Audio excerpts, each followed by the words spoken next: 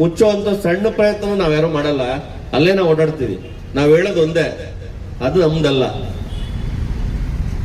ಈ ಸಾಮಾನ್ಯವಾಗಿ ಎಲ್ಲ ಬಹಳಷ್ಟು ಜನ ಇಲ್ಲಿ ದ್ವಾರಕಾ ನಗರ ಅಂದ್ರೆ ಹೊರಗಡೆಯಿಂದ ಬಂದಿರೋರೆ, ಒಂದು 5% ಇರ್ಬೋದೇನೋ ಲೋಕಲ್, ನನಗೆ ತಿಳಿದ ಮಟ್ಟಿಗೆ.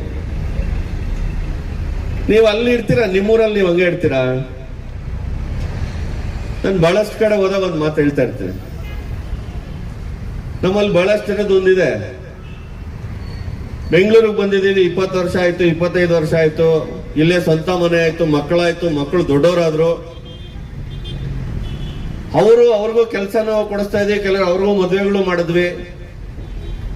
ಆದ್ರೆ ಇವತ್ತು ಯಾವ್ದಪ್ಪ ನಿಮ್ಮೂರು ಅಂತಂದ್ರೆ ಬೆಂಗಳೂರು ಅಂತ ಹೇಳಲ್ಲ. ನಿಮ್ಮೂರು ಯಾವ ಆಂಧ್ರದಲ್ಲಿ ಇದ್ರೆ ಆಂಧ್ರ ಹೆಸರು ಹೇಳ್ತೀರಾ, ತಮಿಳ್ನಾಡು ಇದ್ರೆ ತಮಿಳ್ನಾಡು ಹೆಸರು ಹೇಳ್ತೀರಾ, ಇಲ್ಲ ಕರ್ನಾಟಕದಲ್ಲಿ ಯಾವ್ದಾದ್ರು ಜಿಲ್ಲೆಯಿಂದ ಬಂದಿದ್ರೆ ಆ ಜಿಲ್ಲೆ ಹೆಸರು ಹೇಳ್ತೀರಾ. ಯಾಕೆ ನಿಮ್ಮೂರು ದ್ವಾರಕಾ ನಗರ ಅಂತ ಅನಿಸ್ತಾ ಇಲ್ಲ? 20-25 ವರ್ಷ ಆಯ್ತು, 30 ವರ್ಷ ಆಯ್ತು, ಇಲ್ಲೇ ಜೀವನ ಮಾಡ್ತಾ ಇದೀವಿ, ಇಲ್ಲೇ ಮಕ್ಕಳ ಶಿಕ್ಷಣ ಆಗಿದೆ. ಆದ್ರೆ ಒಂದ್ ದೇವ್ರ ಪೂಜೆ ಮಾಡ್ಬೇಕು ಅಂದ್ರೆ ಕೂಡ ನಾವು ನಮ್ಮೂರ್ಗೆ ಹೋಗ್ಬೇಕು ಅಂತ ಯೋಚನೆ ಮಾಡ್ತೀವಿ. ಹಂಗಿದ್ರೆ ಇಲ್ಲೇ ಹಾಕಿರ್ಬೇಕು ನಾವು.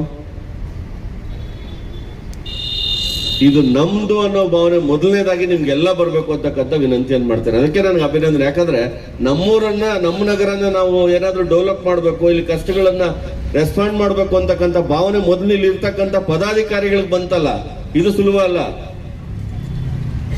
ಯಾವತ್ತು ನಮ್ದು ಅನ್ನೋ ಭಾವನೆ ಬರುತ್ತೋ ಅದನ್ನ ನಾವು ಸರಿ ಮಾಡ್ಬೇಕು ಅಂತ ಯೋಚನೆ ಮಾಡ್ತೀವಿ. ನಮ್ಮ ಮನೆಯಲ್ಲಿ ಕೊಳಾಯಿ ಕೆಟ್ಟೋಗಿದ್ರೆ ನಾವು ಸರಿ ಮಾಡ್ತೀವೋ? ಮಾಡಲ್ಲ. ನಮ್ಮ ಮನೆಯಲ್ಲಿ ನೀರ್ ಬರ್ತಾ ಇಲ್ಲ ಅಂದ್ರೆ ಸರಿ ಮಾಡ್ತೀವೋ? ಮಾಡಲ್ಲ. ನಮ್ಮ ಮನೇಲಿ ಕಸ ಇದ್ರೆ ನಾವು ಕ್ಲೀನ್ ಮಾಡ್ತೀವೋ? ಮಾಡಲ್ವಾ?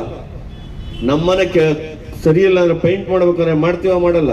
ನಮ್ಮನೆ ಏನಾದ್ರೂ ಆಲ್ಟ್ರೇಷನ್ ಮಾಡ್ಬೇಕು ಅಂದ್ರೆ ಮಾಡ್ತೀವೋ? ಮಾಡಲ್ಲ. ಹಂಗಿದ್ರೆ ನಮ್ಮೂರಲ್ಲಿ ಆಗೋ ಸಮಸ್ಯೆಗಳಿಗೆ ನಾವು ಮಾಡಿದ್ರೆ ಬೇರೆಯವ್ರು ಬಂದ್ ಮಾಡ್ತಾರ? ನಾವೇ ಮಾಡ್ಬೇಕಲ್ಲ. ನಮ್ಮೂರಿನ ಎಲ್ಲಾ ಸಮಸ್ಯೆಗಳಿಗೂ ನಾವು ಮಾಡ್ಬೇಕು. ನಮ್ಮೂರ್ಗೆ ಏನ್ ಬೇಕು ಅಂತ ನಾವೇ ಕೇಳ್ಬೇಕು ಗಟ್ಟಿಯಾಗಿ. ಅದು ಯಾರೇ ಆಗ್ಲಿ, MLA ಆಗ್ಲಿ, ಕಾರ್ಪೊರೇಟರ್ ಆಗ್ಲಿ, MP ಆಗ್ಲಿ. ನಾವಾಗಿ ನಮ್ಮ ಯಾವ್ದೋ ಜಿಲ್ಲೆಯಲ್ಲಿ ಇರ್ತಕ್ಕಂಥ ಆ MP-ನ ಕೇಳ್ಬೇಕಾ, ಇಲ್ಲಿರ್ತಕ್ಕಂಥ MP-ನ ಕೇಳ್ಬೇಕಾ? ಅಲ್ಲಿ ಯಾವ್ದೋ ಇರ್ತಕ್ಕಂಥ MLA-ನ ಕೇಳ್ಬೇಕಾ, ಇಲ್ಲಿರ್ತಕ್ಕಂಥ MLA-ನ ಕೇಳ್ಬೇಕಾ? ಅಲ್ಲೆಲ್ಲೋ ಇರ್ತಕ್ಕಂಥ ಕಾರ್ಪೊರೇಟರ್ ಕೇಳ್ಬೇಕಾ, ಇಲ್ಲಿರೋ ಕಾರ್ಪೊರೇಟರ್ನ ಕೇಳ್ಬೇಕಾ? ಇಲ್ಲಿರ್ತಕ್ಕಂಥ ಕಮಿಷನರ್ನ ಕೇಳ್ಬೇಕಾ, ಅಲ್ಲಿರ್ತಕ್ಕಂಥ ಪಂಚಾಯತಿ ಅವ್ರನ್ನ ಕೇಳ್ಬೇಕಾ? ಯಾರನ್ನ ಕೇಳ್ಬೇಕು? ಯಾರನ್ನ ಕೇಳ್ಬೇಕು? ಇಲ್ಲಿರೋರ್ನ ಕೇಳ್ಬೇಕು. ಇಲ್ಲಿರೋರ್ನ ಕೇಳಕ್ ಯಾವಾಗ ಬರೋದು ನಿಮ್ಗೆ ಹಕ್ಕು? ನೀವು ಕೂಡ ಈ ದ್ವಾರಕಾ ನಗರ ನಮ್ದು ಅಂತ ನಿಮಗ್ ಮೊದಲು ಬಂದಾಗ.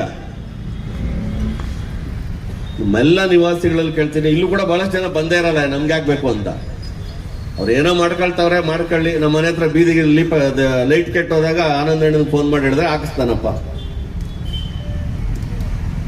ಅದಕ್ಕೆ ನಾನು ತಮ್ಮಲ್ಲೆಲ್ಲ ವಿನಂತಿಯನ್ನು ಮಾಡ್ತೇನೆ, ದಯಮಾಡಿ ಹೇಳ್ತೀನಿ, ನಮ್ಮ ಜವಾಬ್ದಾರಿಗಳನ್ನ, ನಮ್ಮ ನಾಗರಿಕ ಜವಾಬ್ದಾರಿಗಳನ್ನ ನಾವೆಲ್ಲರೂ ಕೂಡ ಜವಾಬ್ದಾರಿ ತಗೊಳ್ಳಬೇಕು. ನಮ್ಮ ದೇಶದ ಪ್ರಜಾಪ್ರಭುತ್ವದಲ್ಲಿ, ಸಂವಿಧಾನದಲ್ಲಿ ನಮ್ಗೆಲ್ಲ ಹಕ್ಕುಗಳನ್ನು ಕೊಟ್ಟವ್ರೆ.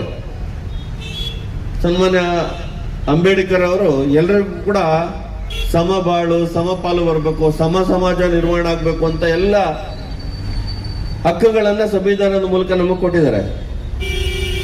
ಆದ್ರೆ ನಾವು ಸಂವಿಧಾನ ನಮಗೆ ಕರ್ತವ್ಯಗಳನ್ನು ಕೂಡ ಕೊಟ್ಟಿದೆ. ಆ ಕರ್ತವ್ಯಗಳನ್ನ ನಾವೆಲ್ಲರೂ ಕೂಡ ನಿರ್ವಹಿಸಬೇಕಾದಂತ ಜವಾಬ್ದಾರಿ ನಮ್ಮ ಮೇಲಿದೆ. ಅದಕ್ಕಾಗಿ ತಮ್ಮಲ್ಲಿ ವಿನಂತಿಯನ್ನು ಮಾಡ್ತೇನೆ, ದಯಮಾಡಿ ಪ್ರಶ್ನೆ ಮಾಡೋದನ್ನ ರೂಢಿ ಮಾಡ್ಕೊಳ್ಳಿ. ನಿಮ್ ಏರಿಯಾಗೆ ಬೇಕಾದಂತ ಎಲ್ಲ ಕೆಲಸಗಳನ್ನ ನೀವೇ ಕೇಳ್ತಕ್ಕಂಥ ಸ್ವಭಾವವನ್ನು ನೀವು ಬೆಳೆಸ್ಕೊಳ್ಳಿ.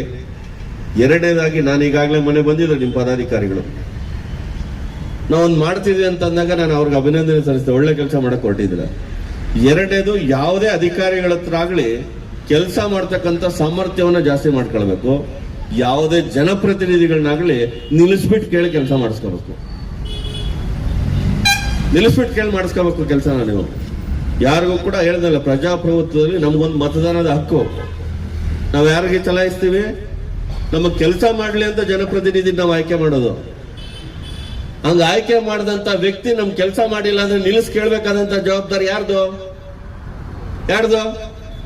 ನಮ್ಗೆ ಯಾಕಪ್ಪ ಅಂತ ಸುಮ್ನಿರ್ಬೇಕಾ?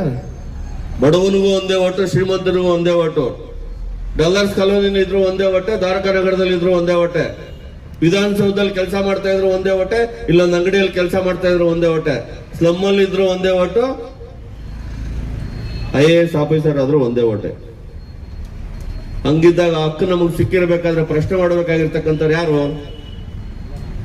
ಮಲ್ಲೆಲ್ಲ ಮಾಡ್ತೀನಿ, ಯಾರೇ ಆಗ್ಲಿ, ನಾನು ಅವರು ಇವರು ಅಂತ ಹೇಳಲ್ಲ. ನಿಮ್ಮ ಹಕ್ಕಿನ ಚಲಾವಣೆ ನಿಮ್ಮಿಂದ ಆಗ್ಲಿ, ನಿಮ್ಮ ಸಮಸ್ಯೆಯ ಪ್ರಶ್ನೆ ನಿಮ್ಮಿಂದನೇ ಆಗ್ಬೇಕು.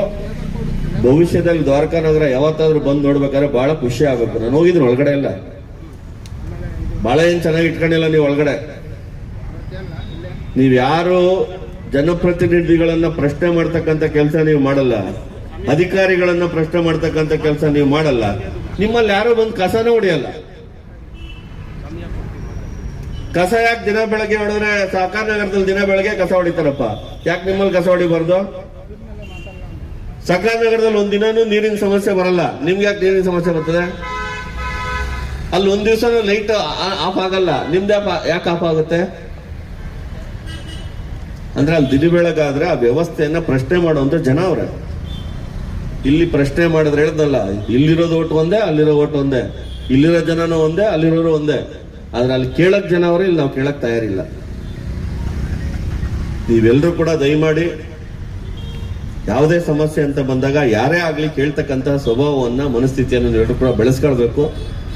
ಯಾರನ್ನು ನಾವು ಆಯ್ಕೆ ಮಾಡಿಡ್ತೀವೋ ಅವ್ರ ಕಡೆಯಿಂದ ನಿರೀಕ್ಷೆಗಳನ್ನು ಕೂಡ ನಾವೆಲ್ಲ ಇಟ್ಕೋಬೇಕು ಅಂತಕ್ಕಂಥ ವಿನಂತಿಯನ್ನು ಮಾಡ್ತಾ, ಈಗಾಗಲೇ ನಮ್ಮ ಲೋಕಸಭಾ ಸದಸ್ಯರು ನಮ್ಮ ಕ್ಷೇತ್ರಕ್ಕೆ 1 ಕೋಟಿ ಅನುದಾನವನ್ನು ಕೊಟ್ಟಿದ್ದಾರೆ. ಅದೇ ರೀತಿ ಈ ಭಾಗಕ್ಕೆ ಒಂದು ಬೋರ್ವೆಲ್ ಕೂಡ ಆಗಿದೆ. ಕಟ್ಟಿಗೆನಹಳ್ಳಿ ಭಾಗಕ್ಕೆ ಒಂದು ಬೋರ್ವೆಲ್ ಕೂಡ ಸ್ಯಾಂಕ್ಷನ್ ಆಗಿದೆ. ಅದು ಯಾವ ಜಾಗ ಅಂತಕ್ಕಂಥದ್ದನ್ನ ತೀರ್ಮಾನ ಮಾಡಿದ್ರೆ ಬೋರ್ವೆಲ್ ಹಾಕುವಂಥದ್ದಾಗುತ್ತೆ. ವಾಟರ್ ಪ್ಲಾಂಟ್ಗಳಾಗಿದೆ, ಬಸ್ ಸ್ಟ್ಯಾಂಡ್ ಆಗಿದೆ. ಈಗಾಗಲೇ ನಿನ್ನೆ ಪದಾಧಿಕಾರಿಗಳು ಮೊನ್ನೆ ಬಂದಾಗ ನಮಗೂ ಒಂದು ಮಾಡಿಕೊಟ್ರೆ ಅನುಕೂಲ ಅಂತ ಹೇಳಿದರೆ, ನಾನು ಈ ಮುಂದಿನ ವರ್ಷದ ಪ್ರಪೋಸಲ್ ಅಲ್ಲಿ ನಮ್ಮ ಲೋಕಸಭಾ ಸದಸ್ಯರು, ಕೇಂದ್ರ ಸಚಿವರಾದಂಥ ಶೋಭಾ ಕರಂದ್ಲಾಜೆ ಅವರ ಹತ್ರ ಮಾತಾಡಿಸಿ ಒಂದು water plant R bus stand ಯಾವ್ದಾದ್ರು ಒಂದು ಗ್ರಾಂಟ್ ಅನ್ನ ನಾನು ದ್ವಾರಕಾ ನಗರಕ್ಕೆ ಕೊಡಿಸ್ಕೊಡ್ತೇನೆ. ಉಳಿದಂತೆ ಯಾವುದೇ ಅಧಿಕಾರಿಗಳು ನಿಮ್ಮ ಮಾತು ಕೇಳಿಲ್ಲ ಅಂದ್ರೂ ಕೂಡ ಅವ್ರನ್ನ ಮಾತಾಡ್ತಕ್ಕಂಥ ಜವಾಬ್ದಾರಿ ನಂದು. ಏನಾನಂದಣ್ಣ, ಯಾವುದೇ ಆಗಲಿ ನಿಮ್ ಕಮಿಷನರ್ ಆಗ್ಬೋದು, ಝೋನಲ್ ಕಮಿಷನರ್ ಆಗ್ಬೋದು, ಜಾಯಿಂಟ್ ಕಮಿಷನರ್ ಆಗ್ಬೋದು, ಎಇ ಆಗ್ಬೋದು, AEE ಆಗ್ಬೋದು, ಸಿ